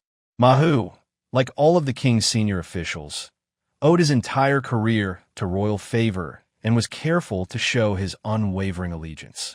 His tomb walls were adorned with no fewer than 4 versions of the hymn to the Aten, the official doctrine of Akhenaten's new faith. Mahu's public demonstrations of loyalty in the king's presence were textbook examples of flattery. Yet even in such an atmosphere of constant suspicion, total control of security was not entrusted to any one person. Akhenaten also maintained a personal guard composed of elite soldiers, including foreigners who were perhaps less likely to bear personal grievances against him. Some of the top administrative figures may also have come from non-Egyptian backgrounds. The vizier Aparel, the royal physician Pentu, and the chamberlain Tutu are all thought to have had foreign ancestry. Although the royal family was regarded as divine on earth and the sole channel to salvation, they still had to look beyond their own people to secure unquestioning loyalty. The last grand public appearance of Akhenaten, Nefertiti, and their 6 daughters took place in 1342 during the 12th year of his reign, in a spectacular royal durbar. Seated together beneath a sunshade, they observed as foreign dignitaries filed past, offering exotic gifts.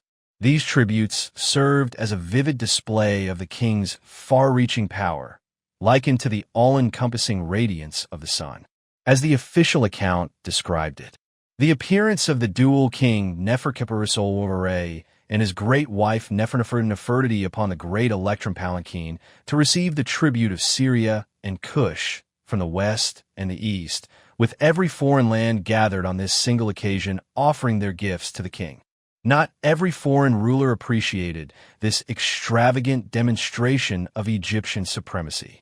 In a sharply worded letter to Akhenaten, King Ashurballit of Assyria protested, "Why should my messengers be forced to stand constantly in the sun and die beneath its rays?" How ungrateful, it seemed, for the Assyrian envoy to object to such generous exposure to the Aten's life-giving light. Divine favor had its limits. The foreign envoys had scarcely departed from Akhenaten when tragedy struck the royal household. Akhenaten's second daughter, Akhenaten, passed away at the young age of 7, followed not long after by the death of the king's deeply cherished mother Tai. As Akhenaten had decreed, both were buried in the royal tomb, cut into the hills of a remote desert valley to the east of the city, 8 miles away. Vivid scenes of mourning etched into the tomb walls capture the profound grief of their family. The final depiction of Nefertiti in Akhenaten shows her weeping over her deceased daughter. After this, she vanishes entirely from the historical record.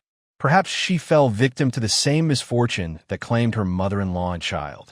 Or perhaps Akhenaten, now confronted by death so close to home, reevaluated her role. Soon after Nefertiti's disappearance, Akhenaten appointed a co-regent. The new co-ruler bore the name Nefertiti, echoing part of Nefertiti's own royal name. It appears that Nefertiti herself had become king. Who better, who more trustworthy, to carry forward Akhenaten's revolutionary vision than his closest partner and ally? Akhenaten died following the autumn grape harvest of 1336, ending his 17-year reign. His burial in the royal tomb included symbolic and telling grave goods. Not surprisingly, he chose as an heirloom a 1,000-year-old stone vessel once owned by Khafra, builder of the Great Sphinx. More surprising, however, were the Shabdi figurines inscribed for Akhenaten himself, intended to serve him in an afterlife his own doctrine had long rejected. Even the most devout zealots, it seems, may harbor final moments of doubt. His stone sarcophagus was guarded at each corner not by the traditional 4 funerary goddesses, but by figures representing his beloved Nefertiti. Though Nefertiti would watch over his remains, she could not protect his legacy. Graffiti found in a Theban tomb dated to the 3rd year of Nefertiti's reign suggests the beginnings of reconciliation with the old Ammonius priesthood and possibly the reopening of a temple to Ammonius in his traditional stronghold. Even before Akhenaten's body had fully settled into its grave, the exclusive cult of Aten was already fading. Akhenaten's death threw the royal court and the entire country into a state of crisis. Loyalists who had depended on his patronage must have desperately hoped for his revolution, or at least his regime, to endure. Yet others, especially members of the powerful Ammonius priesthood who had quietly waited for his religious experiment to run its course, seized the chance to restore the old faith. Even within the royal family, uncertainty and division emerged. A short-lived ruler named Smenkhera briefly ascended the throne between 1333 and 1332. Perhaps he was an otherwise unknown son of Akhenaten. More likely, it was Nefertiti once more, now ruling alone under a new name, supported by Amenhotep, who had been elevated to the role of great royal wife. But conservative forces were gathering strength and looked to the next generation for a ruler who carried royal blood, yet was young enough to be molded to their will. Hidden from public view for most of his life, Akhenaten's 9-year-old son by a lesser wife seemed the perfect choice. His marriage to Nefertiti's daughter, Akhenaten, further cemented his claim to power. The courtiers, priests, and military leaders reached a consensus. He would be king. His name was Akhenaten, the living image of the Aten. Within months of a young pharaoh's ascension, those controlling the throne swiftly began steering Egypt back toward its ancient traditions. Under their careful direction, the king consented to change his name, publicly rejecting the Aten in favor of Ammonius. History had come full circle. Akhenaten became Tutankhamun. His wife Akhenaten adopted the name Akhenaten, meaning she lives for Ammonius. Soon after, a grand restoration decree was issued in the king's name. Proclaimed from Memphis, the traditional capital, the decree condemned Akhenaten's policies without naming him directly. When His Majesty came to power, the temples of the gods and goddesses, from Abu to the Delta marshes, lay in ruin. Their sanctuaries had crumbled, overgrown with weeds. The land was in distress. The gods had abandoned Egypt. Military campaigns sent to expand Egypt's borders in the Near East met with failure. Those who prayed for divine protection received no answer. The decree emphasized the gods in the plural, and the young king's actions reflected this shift. Temples were repaired, especially those dedicated to Ammonius. Priesthoods were reinstated, and new cult statues were commissioned at the royal treasury's expense. In doing so, Tutankhamun was said to have restored what was broken and banished chaos from the two lands. The royal court's departure from Akhenaten and return to Thebes confirmed the complete restoration of the old order. To mark this decisive break with his father's radical experiment, the boy king, like earlier reunifiers, took the symbolic title Repeater of Births, signaling not a recreation but a renaissance. Yet so much promise was tragically cut short. Tutankhamun died in 1322, before even reaching adulthood. Perhaps he had secretly intended to rehabilitate Akhenaten's legacy once he reached full power. Perhaps those who truly held power feared this possibility and acted to prevent it. Or perhaps the frail young king simply succumbed to illness, like many of his subjects. His young wife attempted to continue the royal line, but her youth and the limited gene pool of a sibling marriage led to tragedy. 2 stillborn daughters were carefully mummified and buried beside their father in his hastily prepared tomb in the Valley of the Kings, waiting over 3,000 years to be rediscovered alongside his famed burial treasures. Tutankhamun's grieving widow understood the grim future that awaited her. As the last living descendant of Akhenaten and Nefertiti, and of Amenhotep III's lineage, she held the keys to Egypt's throne. In a desperate attempt to escape her fate, she sent an unprecedented appeal to the Hittite king, pleading for him to send one of his sons to Egypt to marry her and rule alongside her. She wrote, "Never shall I take a servant of mine and make him my husband." The Hittite king was astonished telling his court, "Nothing like this has ever happened to me before." Eventually, he agreed and sent a prince, Zenanza, south toward Egypt. But Zenanza never arrived, dying on his journey. Akhenaten's worst fears were realized. She was forced into marriage with an elderly court official, a man old enough to be her grandfather, eager to claim power for himself. With her duty fulfilled, she too vanished from history, her fate unknown. Thus ended the Thutmoside dynasty, one of Egypt's most illustrious royal lines, which had produced powerful conquerors and brilliant rulers. The golden age of Amenhotep III was now only a distant memory.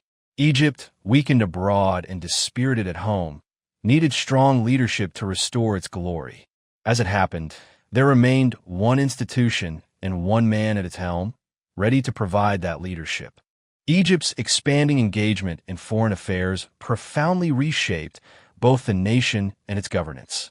Increased contact with foreign peoples and cultures brought new ideas and customs into Egyptian life, influencing everything from art and architecture to both state and private religion. Reflecting the militaristic spirit of the time, royal imagery became heavily martial, with the king frequently depicted on temple reliefs as a mighty warlord. This emphasis on military prowess extended throughout society, marking the new kingdom as an era dominated by soldiers. From modest beginnings, the Egyptian military rapidly grew into one of the most influential sectors of society. In earlier periods, during the Old and Middle Kingdoms, Egypt's rulers had relied on conscripted armies, assembled as needed from the general population and supplemented by mercenaries, often recruited from Nubia. While this approach was sufficient for sporadic raids to defend national interests or open trade routes, it was inadequate for maintaining a vast empire. The conquest and annexation of foreign lands required permanent garrisons to enforce Egyptian rule, backed by the constant threat of overwhelming force to suppress any rebellion. Only a full-time standing army could meet these demands. Thus, at the dawn of the new kingdom, Egypt reorganized its military into a professional, permanent force. By the reign of Akhenaten, the military's influence extended deeply into the heart of government, with many of the king's closest allies holding both military and civilian positions, thereby securing a loyal and powerful support base for the throne. During the later 18th dynasty, the military was restructured into two primary branches, infantry and chariotry. Egypt also maintained a strong naval tradition, which had been particularly effective in battles against the Hyksos. The close integration of land and naval forces was reflected in the fluid assignment of soldiers and officers, who frequently rotated between army and navy roles. A major naval base operated at Memphis, the capital's port, while another, located at the former Hyksos stronghold of Hutweret, fittingly bore the name Perunefer, meaning good voyage. Military garrisons were likely stationed in provincial centers across the country to enable swift response during emergencies, while a sizable force of reservists near Memphis served as a deterrent to any internal threats. The basic tactical unit of the infantry was a platoon of 50 soldiers, led by a platoon commander, the lowest-ranking officer. Each platoon was divided into 5 squads of 10 men, each headed by its own squad leader. This structure encouraged teamwork and fostered strong unit cohesion, vital for military success. 4 or 5 platoons formed a company, which included a quartermaster and an adjutant, under the leadership of a standard-bearer. Companies could be grouped into battalions as operational needs dictated, and during major campaigns, battalions were consolidated into larger regiments or divisions, each commanded by a general and named after one of Egypt's state gods. The chariotry was similarly organized into units of 50, primarily led by officers, much like the cavalry of late 19th century European imperial armies. Life as an infantryman in the Pharaoh's army might have offered chances for adventure and upward mobility, but it was far from easy. Even for volunteers, training was harsh and often involved indiscriminate beatings. Although a corps of military scribes managed records and distributed provisions, rations on campaign were extremely limited. Soldiers had to supplement their diet of bread and water through foraging or outright theft. It is hardly surprising that during the Battle of Megiddo, many Egyptian troops focused more on looting enemy supplies than capturing the town itself. Some soldiers likely hadn't had a full meal in weeks, nor could an infantryman simply walk away from such a grim existence. His only way out was death in combat or promotion through the ranks. Desertion was severely punished. If the conditions for Egyptian recruits were harsh, they were even worse for foreign prisoners of war forcibly conscripted into the ranks. These captives were branded, officially registered, and sometimes even circumcised as part of their forced assimilation into Egyptian culture. Only those who managed to survive years of active service could hope for an honorable retirement, farming a plot of land granted by the state. When the Egyptian army set out for battle, a soldier's basic gear included a pack, clothing, sandals, and a staff or cudgel for self-defense. Advanced weaponry was distributed only when battle was imminent, as warfare still revolved around set-piece confrontations. Before fighting began, soldiers removed their sandals and fought barefoot. Body armor was rare, as it restricted movement on the battlefield. Apart from a shield and perhaps a quilted leather jerkin, infantrymen had to rely on their agility, skill, and strength for protection. For long-range combat, bows and arrows were the preferred weapons. Simple bows came in various sizes, smaller ones for close-range skirmishes and longer versions for stationary formations of archers. Composite bows, introduced during the early New Kingdom, delivered greater penetration and were often reserved for officers. Archers selected different types of arrowheads based on the intended effect. Other ranged weapons included slings, spears, and javelins. In close combat, soldiers wielded clubs and fighting rods. Battle axes were ideal for hacking through enemy ranks, while scimitars allowed for powerful slashing attacks. The short dagger, used as a last resort, was also employed for a more grisly task. After battle, Egyptian soldiers tallied the dead by severing a hand from each fallen enemy. In one scene from the late 18th dynasty, triumphant Egyptian soldiers are shown departing the battlefield with 3 severed hands skewered on each of their spears. While the infantry formed the backbone of Egypt's military, the chariotry served as its elite strike force. The arrival of horses and chariots from Western Asia at the dawn of the New Kingdom revolutionized ancient warfare, providing Egypt with a highly effective weapon against large formations of enemy infantry. Each chariot was crewed by 2 men, a warrior armed with a bow and arrows, and a driver who also served as a shield-bearer. The chariot's light frame and rear-mounted wheels allowed for maximum speed and agility, making it ideal for breaking up enemy formations ahead of a main assault and for pursuing retreating foes to transform a withdrawal into a rout. This cutting-edge technology was not only a formidable weapon, but also a potent status symbol for Egypt's elite. Nevertheless, the 18th dynasty Egyptians turned this foreign invention into an instrument of conquest, using their chariot corps to subjugate province after province throughout the Near East. Without the chariot, Egypt's imperial ambitions might never have been realized. On campaign, chariots were privileges reserved for the officer class.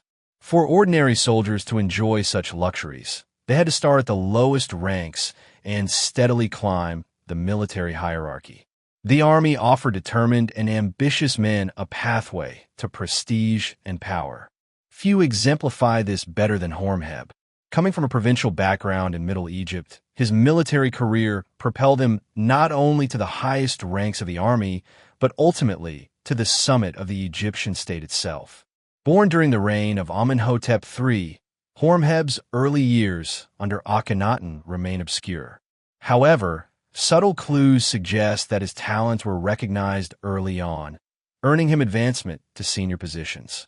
In the cliffs of Akhenaten, an unfinished tomb bears inscriptions for a king scribe and general named Patanemub. Since it was common for ambitious individuals to change their names during Akhenaten's reign to reflect the royal religion and eliminate references to older deities, it is quite plausible that Patanemub, the Aten's infestival, and Horemheb, Horus's infestival, were the same person. Horemheb may have adopted the name Patanemub during Akhenaten's rule. only to revert to his original name after Akhenaten's death. By the time Tutankhamun ascended the throne in 1332, Horemheb had risen to become commander-in-chief of the young pharaoh's army, a general of generals. Horemheb's grand private tomb at Saqqara is adorned with rich scenes depicting his role as supreme overseer of the army. Illustrated within are images of life inside a military camp, where messenger boys are shown running swiftly between tents, carrying orders from one officer to another.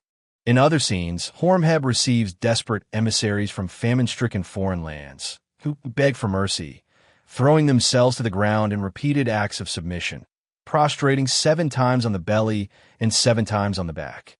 More disturbing are the depictions of prisoners of war from Horemheb's campaigns in the Near East and Nubia. Captives stand in long rows before the commander-in-chief, awaiting their fate. Asiatic prisoners, restrained with wooden manacles and ropes around their necks, are paraded before Egyptian soldiers, who push and herd them into position.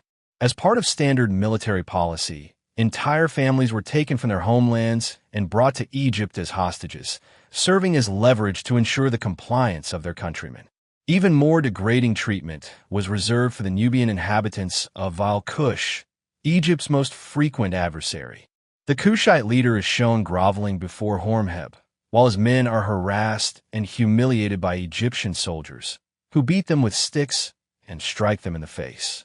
Throughout these scenes, army scribes meticulously document every detail with characteristic military precision. This display of merciless authority won Horemheb favor beyond the military ranks. In pharaonic Egypt, such qualities also opened doors to the highest levels of government. Like many top officers, Horemheb successfully combined military leadership with a prominent role in civil administration.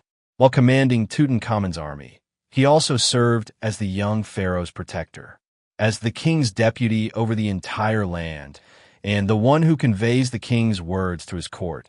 Horemheb wielded tremendous influence over state affairs. Operating from his seat in Memphis, he likely played a key role in steering the country back toward religious orthodoxy. The inscriptions in his tomb conspicuously omit any mention of Tutankhamun's name.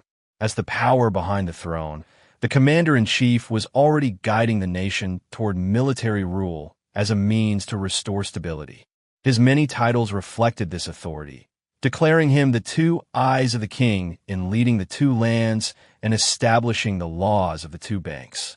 It would not be long before Horemheb completed his rise, transitioning from royal deputy to assume the highest office as king himself. At the time of Tutankhamun's sudden death in 1322, Horemheb was far away on campaign in Syria, leading Egyptian forces in an unsuccessful attempt to retake the rebellious city of Kadesh and wrest it from Hittite control.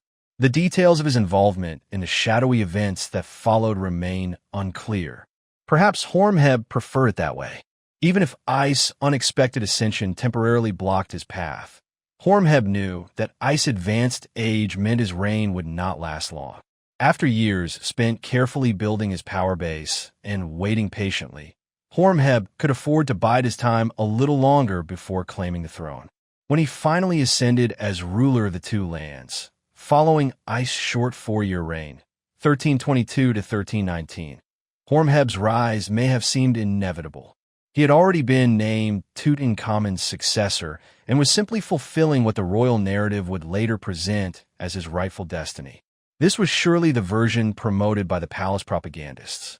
In truth, however, a commoner with no royal lineage taking the throne marked a radical departure from tradition, posing a threat to the very principle of hereditary kingship. In effect, Horemheb's rise to power was nothing short of a military coup. But as a shrewd strategist, he fully recognized the risks and understood that securing his rule would require not only legitimizing his kingship, but also redefining the monarchy itself. Even with the army's backing, establishing a new order for Egypt would demand all of his political skill. His first priority, as always, was to secure divine endorsement for his reign. Horemheb achieved this brilliantly by timing his coronation to coincide with the annual Opet festival in Thebes. Emerging from the sanctuary of Luxor Temple, newly crowned and imbued with divine power through communion with Amenhotep, he presented himself as the chosen ruler. In such a setting, who could dare question his right to the throne? Once firmly seated on the throne of Horus, Horemheb tasked his priests and scribes with crafting a convincing narrative to explain how a military commander had come to rule Egypt. The result was a masterful piece of religious and political fiction. The official story claimed that from childhood, Horemheb had been divinely chosen and protected by his local deity, Horus of Heracleopolis, who acted as his father and guardian, preserving him until the destined moment arrived. A generation and another passed by, while his father kept him safe, knowing the day would come when he would retire and hand over the kingship to him. According to this account, Horemheb's long service in both the military and civil administration was all part of a divine plan. When the appointed time arrived, Horus elevated his chosen servant and entrusted him to the protection of Amenhotep. In this way, a provincial youth rose to become ruler of the two lands. Both the timing and location of Horemheb's coronation deliberately evoked the splendor of Amenhotep III's reign. This was no accident. A central part of Horemheb's strategy for legitimizing his rule involved erasing the reigns that had followed Amenhotep III, allowing him to present himself as the first legitimate pharaoh since Egypt's dazzling orb. To achieve this, Akhenaten's temples at Gimpitan were systematically dismantled, with their stones reused in Horemheb's own building projects. Work crews were dispatched to Akhenaten to eliminate all traces of the Heretic king.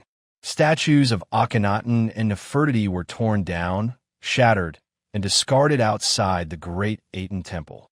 Tutankhamun and I were also targeted for official condemnation.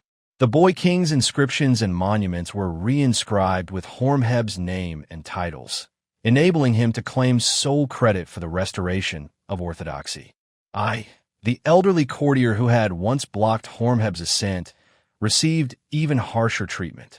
His tomb in the Valley of the Kings and his public monuments were defaced to ensure his memory would vanish, denying him any hope of an afterlife.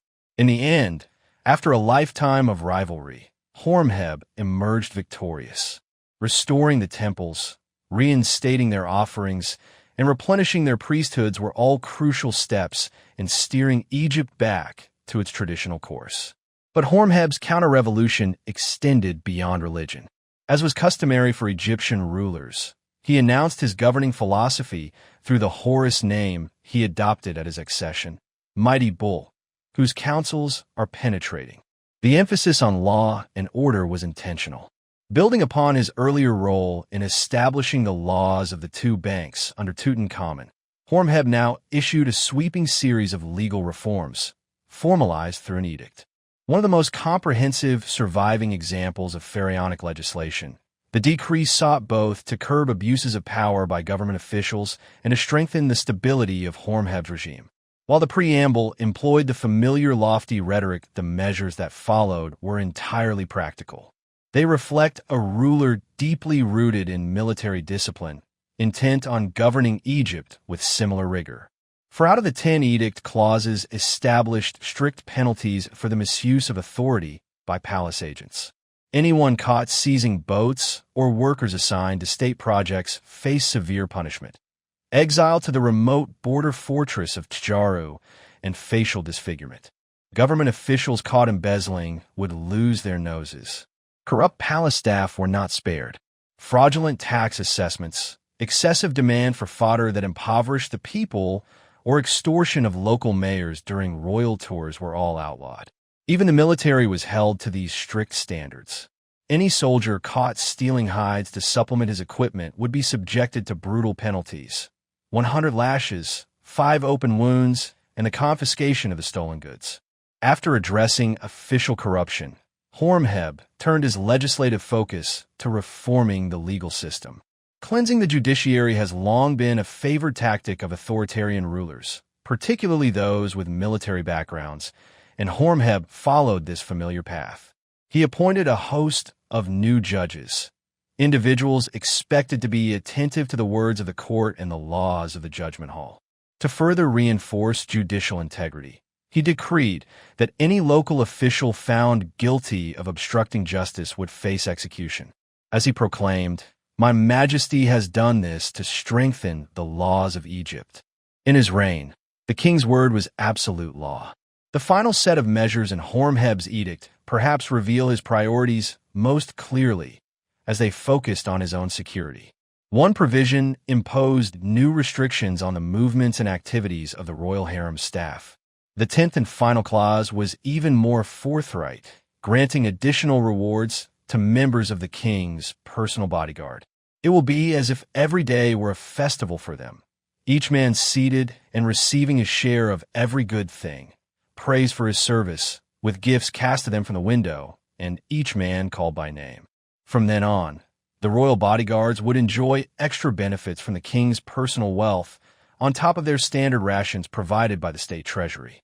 In return, a new protocol was instituted within the inner palace, ensuring strict control over who could access the royal chambers and making certain everyone knew and observed their proper place. Horemheb was determined to leave nothing to chance when it came to his own safety. Having risen to power through military strength, he had no intention of falling victim to violence himself. The edict left no doubt. He was a courageous and vigilant ruler. Through these measures, Horemheb succeeded in solidifying his authority and securing the legitimacy of his reign. He brought military discipline to bear on a nation that had been weakened by 3 decades of political instability and uncertainty. Yet one problem remained. He had no heir. Without children to inherit the throne, Horemheb faced the risk that his hard-won reforms could be undone by a contested succession. His solution followed the same model that had led to his own rise. Among his closest confidants, he identified a successor from within the military ranks. Paramesu was a soldier through and through. The son of a battalion commander, he had begun his career as a common soldier, earning an officer's commission, then rising through the ranks to fortress commander, aide-de-camp to the king, and eventually general. He was cut from the same cloth as Horemheb, sharing both a similar background and outlook. Even more advantageous, Paramesu already had a son, and a grandson was on the way. Horemheb carefully prepared Paramesu for succession by appointing him to a series of high civilian offices, naming him king's deputy and vizier. At the same time, he required Paramesu to relinquish his military positions while Horemheb continued to command the army. Transferring control of such a powerful institution, even to a trusted subordinate, would have been unwise. Yet by granting Paramesu the titles of king's son and hereditary prince, Horemheb made his intention to pass on the throne unmistakably clear. As his reign drew to a close, Paramesu adopted the name Ramesu, beloved of Ammonius, and began inscribing his name within a royal cartouche. The transition to the Ramesside dynasty had begun. Although Horemheb paved the way for the new dynasty, its first ruler viewed himself as the true founder. To emphasize this new beginning, Ramesu, now known as Ramesses I, deliberately chose a throne name reminiscent of Ahmose, founder of the 18th dynasty. While Ahmose's name meant Ra is Lord of Strength, Ramesses adopted the name Menpethera, meaning Ra is enduring in strength. Yet his reign would prove short-lived. Already an elderly man at his accession, Ramesses I entrusted much of the kingdom's administration to his son Seti. This proved a wise choice. Just 18 months after taking the throne, Ramesses I died. His successor, Seti I, was a vigorous, energetic ruler, tall, athletic, and distinguished in appearance, with high cheekbones and the prominent aquiline nose that became characteristic of the Ramesside line. Thanks to Horemheb's legal reforms, royal authority was firmly re-established and corruption rooted out, allowing Seti to focus on restoring Egypt's strength and prestige both domestically and abroad. Prosperity and stability had long been demonstrated through grand state construction projects, and for the next 10 years, the land resounded with the sounds of masons' chisels and the calls of laborers as Seti I launched an ambitious series of new monuments at important sites across Egypt. Not since the reign of Amenhotep III had government architects and artists been so fully employed. Seti's most ambitious endeavor was a magnificent temple at Abydos, the ancient cradle of kingship and the sacred center of the Osiris cult. The temple's design introduced a bold new architectural plan and a strikingly inclusive dedication. Behind a columned hall, itself fronted by two grand courtyards, lay not a single sanctuary but 7, each devoted to one of Egypt's chief deities, the divine family of Horus, Isis, and Osiris, the solar gods Amenhotep and Heretic, patron of Memphis and craftsman, and finally, as might be expected, Seti himself. Additional chambers were set aside for the Memphite funerary gods Nefertum and Ta-Soker, ensuring their inclusion. By bringing Egypt's foremost gods together under one roof to honor him, Seti sought to reinforce the theological authority of the new Ramesside dynasty. The theme of dynastic legitimacy was emphasized further in a long corridor leading southward from the column hall. Exquisite reliefs there depicted Seti's eldest son, Prince Ramesses, reading from a papyrus scroll listing 67 royal ancestors, stretching back to Menes, the legendary founder of Egypt. This Abydos king list, drawn from ancient temple archives, serve a religious rather than purely historical purpose. Its aim was to emphasize an unbroken succession of legitimate kings from the first dynasty to Seti I and his son, while deliberately omitting rulers deemed unworthy. The Hyksos, Hatshepsut, Akhenaten, and his 3 immediate successors were all excluded.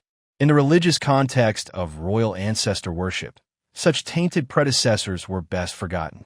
Abydos became the spiritual center of Seti's rule, and he spared no effort in ensuring its eternal operation.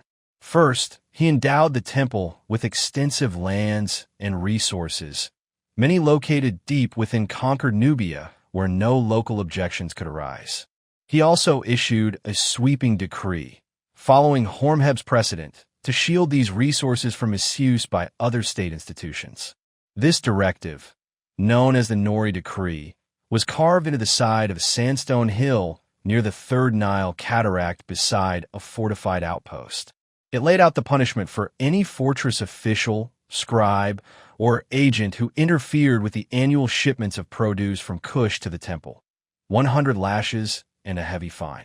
With these regular shipments of goods secured for the temple's treasury, Seti also turned his attention to ensuring a steady flow of gold, the ultimate symbol of wealth. He ordered the reopening of gold mines in Egypt's distant eastern desert and personally oversaw the mining operations and the transport of precious ore back to the Nile Valley. An inscription at a remote temple in the Wadi Bermia recounts his personal involvement, describing how the king surveyed the mountains and, finding the dry, waterless route a hardship for his workers, ordered wells to be dug in the mountains to relieve their thirst and restore their spirits under the scorching sun. Seti's innovative approach extended even to the preparation of his final resting place. This tomb became the longest and deepest ever constructed at Thebes and was the first to feature decoration on every surface. Walls, ceilings, and chambers were entirely adorned with exquisite paintings and carvings. This comprehensive decorative scheme set the standard for all subsequent royal tombs of the New Kingdom. Among its many wonders, one masterpiece stands out: the vaulted ceiling of the burial chamber, painted with astronomical motifs to resemble the heavens themselves.